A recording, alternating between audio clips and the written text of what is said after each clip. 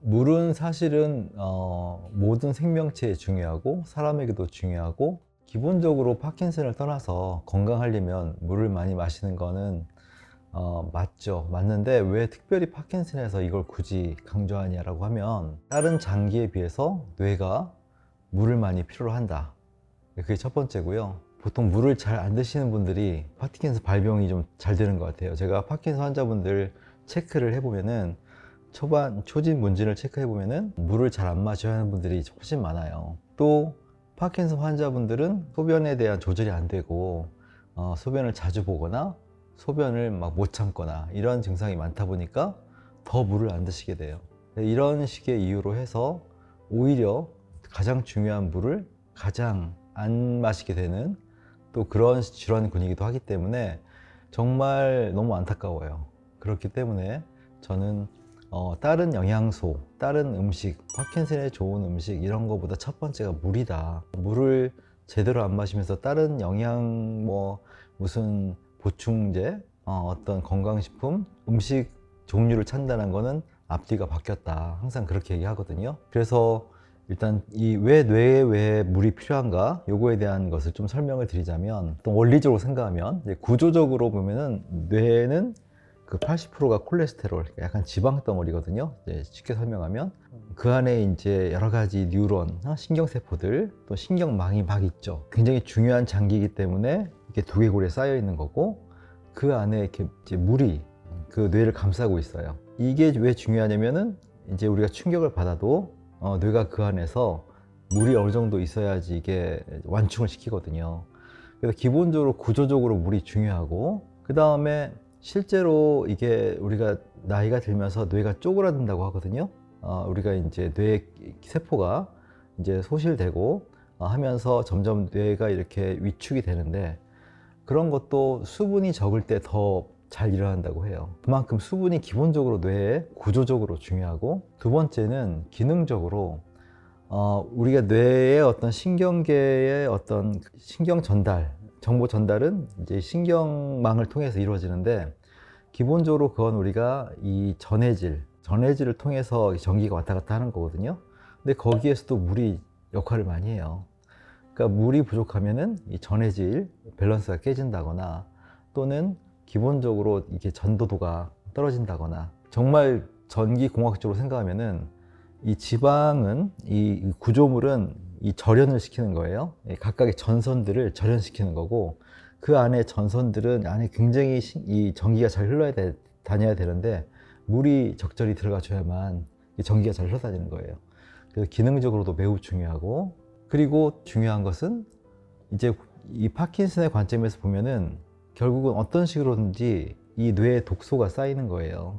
우리가 여러 가지 이제 물질들을 얘기합니다만, 넓은 의미의 독소인데, 그게 이제 염증을 유발하고, 예전에 코로나 같은 경우도 그때 여기 뇌에 염증이 많이 생겼어요. 심근염, 그다음에 뇌 쪽에 염증, 이런 것들이 결국은 이 신경계에 염증을 일으키는 건데, 그런 것들이 염증이 생기는 걸 좀 줄여주는 환경에서도 물이 중요하고, 염증이 생겨서 그것이 이제 여러 가지 부산물들, 나쁜 물질이 생기고, 또 염증을 생길 만한 독소들, 그런 것들이 이제 뇌에 쌓이게 되는데, 그런 것들을 빼내주는 게 물을 통해서 빼내주는 거거든요. 제가 늘 말씀드리듯이 이 뇌 척수에 이쪽이 뇌의 하수구다. 이 하수구만 있으면 뭐합니까? 물이 흘러야죠. 그래서 물을 많이 마셔줘야만 뇌의 독소나 염증 물질들이 자꾸 쌓이는 걸 막을 수가 있다. 그걸 풀어낼 수가 있다. 이 뇌의 구조, 뇌의 기능만 가지고서도 물은 너무 중요하다. 어떤 영양소보다도 가장 중요하다. 이렇게 말씀드릴 수 있습니다. 물을 마시는 방식도 생각보다 중요한데요.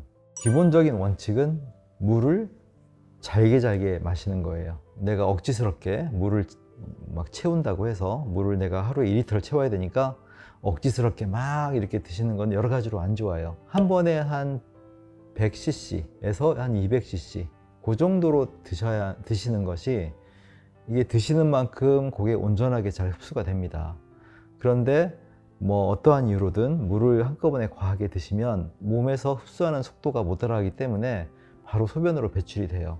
보통 2리터를 드시는 게 좋다고 하는데 이게 이제 제일 작은 거거든요. 보통 330에서 350 정도 하는데 이 정도 가지고 5개, 많게는 6개 이렇게 드시면 좋습니다.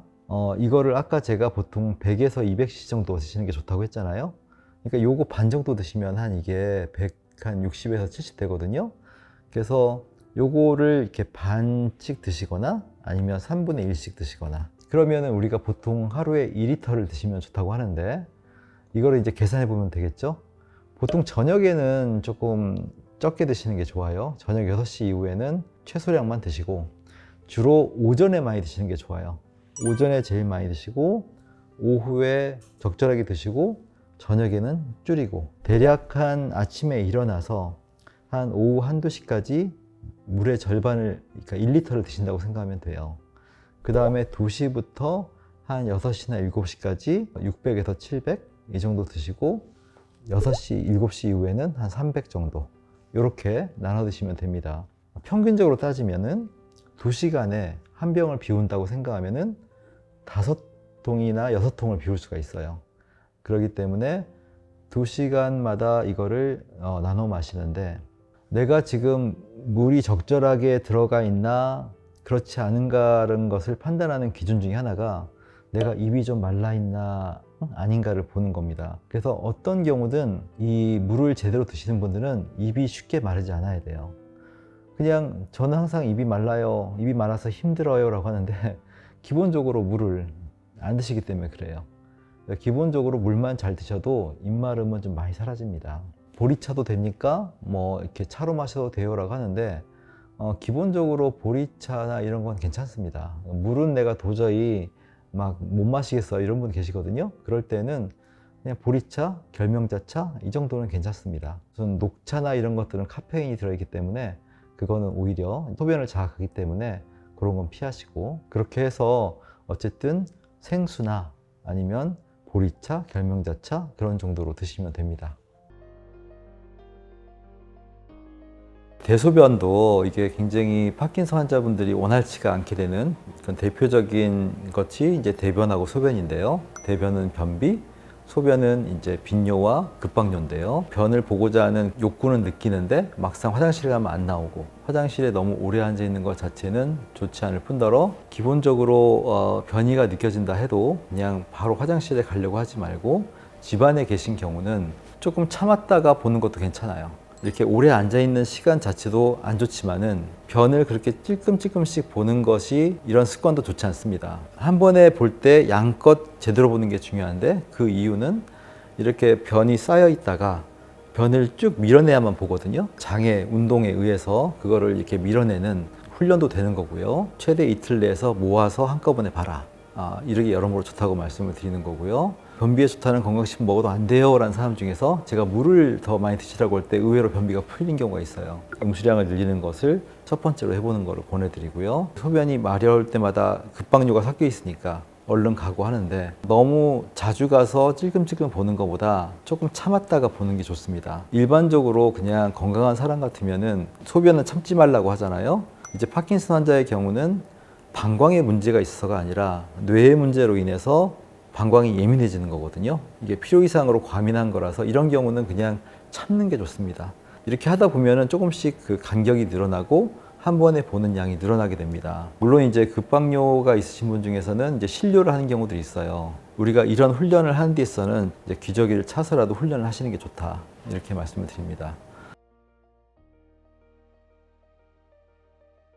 수면장애는 이제 파킨슨병의 주요 증상이기도 한데요. 그래서 파킨슨병 환자분들이 잠을 이루는데 많이 힘들어하십니다. 도파민이 떨어지면은 잘 깨게 됩니다. 그래서 한번 깨면은 다시 잠을 못 이루는 경우가 많고요. 도파민이 떨어지면서 이 하지불안 증후군이 생기기 쉽습니다. 다리에 경직이 생기고 다리가 이상 감각이 느껴져서 항상 신경이 쓰이고 괴로운 그런 증상도 있고요. 파킨슨병 진행이 심해지면 이제 전신이 굳어지면서 통증도 생길 수 있고 서동으로 인해서 몸을 뒤척이는 것이 힘들어서 불편함을 호소할 수도 있습니다. 다른 어떤 건강한 사람들에 비해서 더 잠을 제대로 못 잘 수밖에 없는 이제 그런 여러 가지 요인들인데요. 1차적으로 생각을 해야 될 것은 도파민제를 드시고 계신 경우에는 낮에 활동을 위해서 도파민제의 복용을 집중하기도 하지만 밤에 수면에서도 도파민이 일정량 필요하기 때문에 이런 경우에는 자기 전에 도파민제를 소량을 복용하시는 것이 시도해 볼 만한 어떤 좋은 방법입니다. 그걸 시도해 보시고 그 용량을 적절하게 한번 판단해서 수면의 어떤 질을 올리는 걸 한번